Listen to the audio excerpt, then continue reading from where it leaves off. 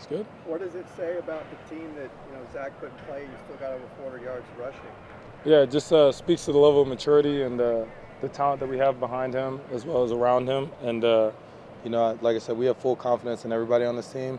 And I have full confidence in everybody on the offense that they can go in there and execute the job that needs to be done. You could put any of these guys at different spots and they'll do a bunch of different things and make it work for you. So I think that goes back to Coach Kelly's recruiting and getting smart guys in here that can just play football and don't really have to be robots out there. So on Monday, there's no worries about running backs when Zach's there. Keegan might be injured. You still feel good about Saturday? Yeah, smooth sailing for sure. So we got all the confidence in the world and the guys behind them too, and as well as Kaz coming in there and joining the mix. So we'll be all right. How is it when Kaz jumps back and forth? Mm-hmm. I mean, does that affect you at all or not at all? I mean, like in practice. Yeah, no. Obviously, I would like him out there a receiver and catching the balls that way. But I think it's good for him to get work at running back. He's going to be used in many different positions when he gets to the next level. So this is good practice for him, and being able to sustain that and be able to execute at a high level at both positions is something that I think he can do really well. And so he has a lot of background in being a running back, so it's an easy transition for him. You had so much success running the ball the other day. Has any team ever effectively spied you? Not to my recollection, I can say. I know there have been teams in the past that have accounted for me in both the pass and the run game, but I've yet to think it's worked out well for people. So, are you a little surprised when you don't necessarily see a spy out there? No, not really. I mean, teams want to kind of keep everything in front of them, and zone coverages is a big part of that, and making sure that everybody has eyes on the quarterback at all times. But when guys get deep drop zones and they still get yards downfield and stuff like that, I can still scramble through. So I personally think zone is better than a spy, but who am I to say? So. Coach talked about a 7:30 start, another one this week. You care about the lack of exposure for like you and Zach and you guys trying to do big things first thing in addition to with the team? I don't think we really focus or think about any of that stuff. I think more so we want to wake up and play right away. Wake up, touch our toes, and go play because we're a morning practice team. So, but we love it though. I'm just thankful to get another opportunity to go play. It's going to be, one of 3 that I have left here. So, just trying to make the most out of every opportunity I have. Coming out here, it was rainy, just enjoying the rain, enjoying it being out here in Westwood, and just enjoying being where I'm at. So. What goes into your decision-making process of hurdling a defender? Yeah, so that's actually a really funny question because me and my teammates talk about it all the time. So the night before every game, I don't know if I've told you guys this, but the night before every game, I watch tape, and I only watch tape on tackle tendencies. So how guys tackle, especially in open field, and kind of, especially when, some teams play mobile quarterbacks, so how they tackle the quarterback. And so that kind of gives me an idea on how guys on the field are tackling and who's more of an ankle biter than not and who kind of has more of a solid tackle technique. So I definitely know who to kind of pick my spots at when I'm on the field and kind of know who to attack if I am going to hurdle. But I think it's all pre-planned for sure. So you recognize the guy's number and you know that that's a guy you might be able to hurdle? Yeah, if you watch on my hurdles, I always do a move before to set it up. So I'll square them up right away or I'll do something to make them drop their hips. So as soon as I see the hip drop, it's over with. It's up. So you got like a whole hit list of hurdle guys?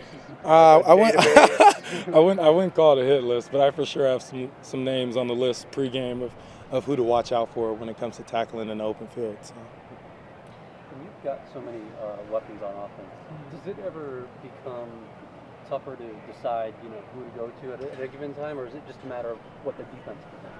Yeah, I think that's a really good question. I think with Coach Kelly's scheme, it makes it really easy for me just because things are based off of coverages. Things are based off of different looks and fronts of where guys are on the field defensively. And so I don't have to really, besides man coverage, I really don't have to make a decision on who I'm going to pick over the other. It's more so just based off the coverage. So. What benefits do you see to non-tackling practices? Benefits to non-tackling practices, keeping guys healthy, not getting guys hurt. But also you lose the fact that you don't get to tackle on defense, and then you also don't get to break tackles on offense until game time. But I'd say just keeping guys fresh and making sure that everybody's staying safe. So. Not to put you on the spot, but was Zach able to do anything today? Yeah, he did. He did some a little bit of stuff here and there. Don't want to give away too much information on him because it's not my business to tell. But yeah, he's good though. He's good for sure. Great. Thank you. That's good. Thank you guys. How was it practicing in the rain today? I kind of loved it. Yeah? You know, I like the cold weather a little bit, so it was nice to be back in the rain a little. You obviously had another big game on Saturday. What was it like stepping up in that environment? Thank you very much. Yeah, I mean, I'm just called upon to do what they ask of me, so it was fun to run out there and get some carries and have some fun. What does it say about this team that you guys ran for over 400 yards without Zach? Yeah, I just think we got some guys that are versatile and, you know, we're deep at all positions and can do what we need to do to win games. You still feel that you're learning how to be a running back? Yeah, I think it's going to be a work in progress, but I feel way more comfortable than I did weeks ago, and the coaches have been awesome and are really, really helpful, so we're learning for sure. Like, in what ways are you more comfortable, do you think? I'm just learning to read blocks better, understanding the scheme up front a little better, things like that. Do you need game experience to do that? I mean, I know you can get experience in practice and get better, but how much have you benefited from the actual game experience? That's a good question. I would say the thing that games benefit me on is more the tackling aspect of things and, you know, making me get my pads a little lower and learning how to do that because we don't do as much of that in practice. How would you kind of describe your running style? Because it seems like you're kind of a hard to bring down, kind of rugged running back. Sure, thank you. Yeah, I think that's kind of all I'm priding myself in right now is I don't want anyone to take me down. So I'm a little bit of a bigger guy, obviously, at this position, so I'm going to take pride in that and just try to rumble through there. Did you ever watch Toby Gerhardt run the ball? A little bit, yeah. Some of the guys out here like to throw that name around. You think you see some comparisons there? I don't know about that. I mean, I'd be honored if people did. So. I see so. Well, thank you. I appreciate that. What's it like being a part of an offense that has so many different weapons, whether it be running or receiving?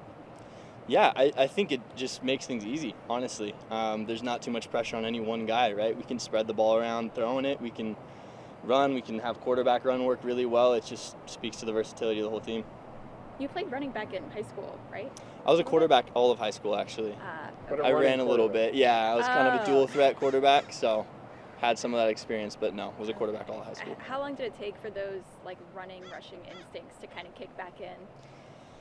I don't know, a little bit. You know, I played quarterback in college at UW and here also, so that's the role I've been in longest. So I don't know. I think the running back thing is pretty new, but just feels good to be carrying the ball around for sure. How would you rate Dorian's latest 2 hurdles? Ooh, 10 out of 10. Those were pretty sweet. It's good stuff. So the potential touchdown pass, it looked like you had it and it got poked out from behind. Yeah, all I know is I had it and then I didn't. So it's one I wish I could have back, but that's how it goes sometimes. The coaches talked to you a little bit about that, wrapping up that ball or anything since? Yeah, I think that's one of those things. I know how to catch it, and I just need to make the catch when I need to. So we'll get it done. Sorry, No, you're fine. When you're running as much as you did Saturday, is your special teams workload reduced at all, or is it still the same? This Saturday it was about the same. I can take it, so no worries there. There's no tackling at practices, during practices, right? We don't generally tackle. Okay, do you to see the a ground benefit? at least. To the ground. So it's like a thud type of thing that you Yeah. do?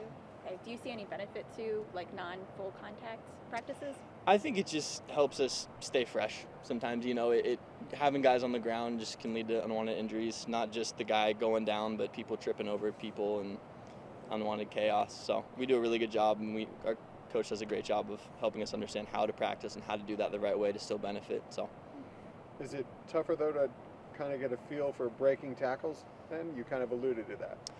I think for me, just being a taller guy, it was a pad level thing that I was alluding to, you know. And at quarterback, I didn't do a good job of that when I was a quarterback back in the day running around. So that was the only thing, just getting hit in the chest a couple times. You're like, all right, I got to, you know, cover it up a little bit. But other than that, I think we do a good job in practices to get used to that. I feel like there's a buzz building around you guys. I mean, you're 8-1, top 10 in the country. When you go around campus, do you feel people tell you congrats or say anything about the team doing well?